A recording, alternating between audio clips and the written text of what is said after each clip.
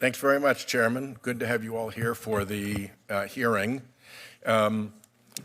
Seems to me that pharmaceutical pricing is the decision of the pharmaceutical companies, and Big Pharma would like nothing more than a world in which they control the prices, they have huge sway in this building, and their opposition, if you want to call it that, the concerns on price come from individual patients who have essentially no market power. We've seen really significant pricing abuses by Big Pharma. We pay the highest prices in the world for a great many pharmaceuticals here. President Trump is responding to how sick Americans are of pharma pricing by proposing his executive order to lower it and set U.S. pharmaceutical pricing at international standards. I think that's a signal of how things are going out there. In that environment, a PBM done right is the only institutionally powerful correction to pharma's hegemony over prices. Now, we got a little bit of help by letting Medicare do some negotiation. That's a start. We hope we can do more of that.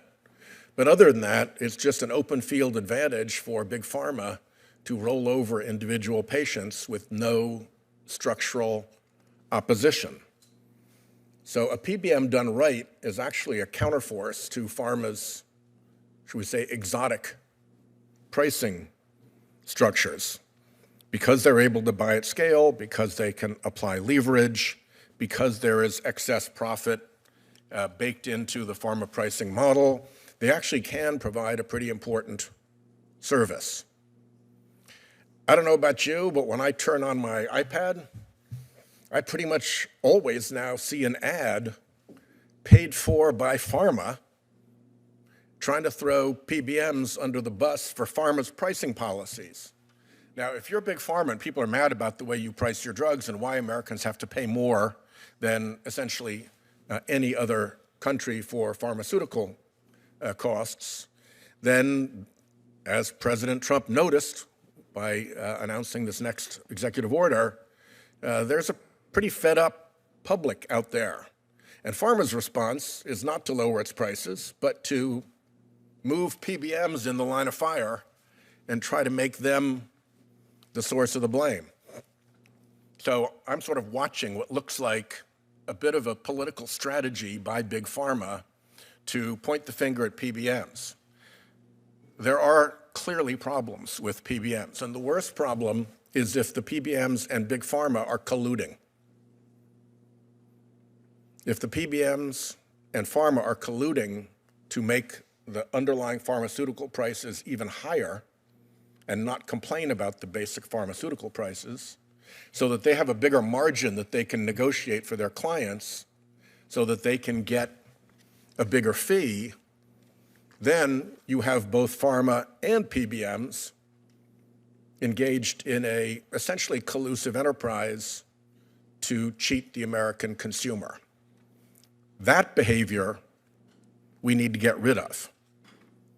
But the idea that we need to get rid of PBMs when they're the only significant structural pushback on pharma's pricing, I think would be a real mistake. And when I'm seeing Big Pharma, knowing that everybody's mad at them, running all these ads, throwing PBMs in the way of public irritation, as if pharma doesn't control its own pricing.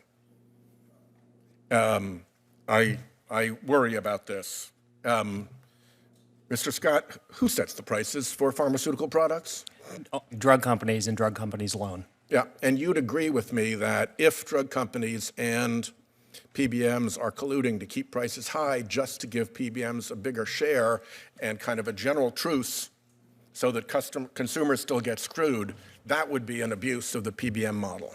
And that is not happening, and you're pointing to the advertisements as good evidence there is no general truce. We have been calling actively for drug companies to lower their list prices on all prescription drugs. That's a key part of what we advocate for. Yep. Well, my time has expired, but I think there's a role for PBMs here, and I think the most important signal we're seeing right now is Pharma's ad campaign trying to defend its exotic pricing techniques by putting somebody else in the line of political fire. Senator Whitehouse, you raised a lot of questions. The 4 bills that were in the last Congress, 1 in the House, 3 in the Senate, none of them did away with PBMs, but they all called for transparency, and it seems the answer to all the questions you raised will be solved at least partly by transparency. We worked on those bills together in finance, Mr. Chairman. We look forward to continuing to work with you on those bills. I think we just have to understand what the problem is here in order to get the correct solutions, and I thank you for that observation.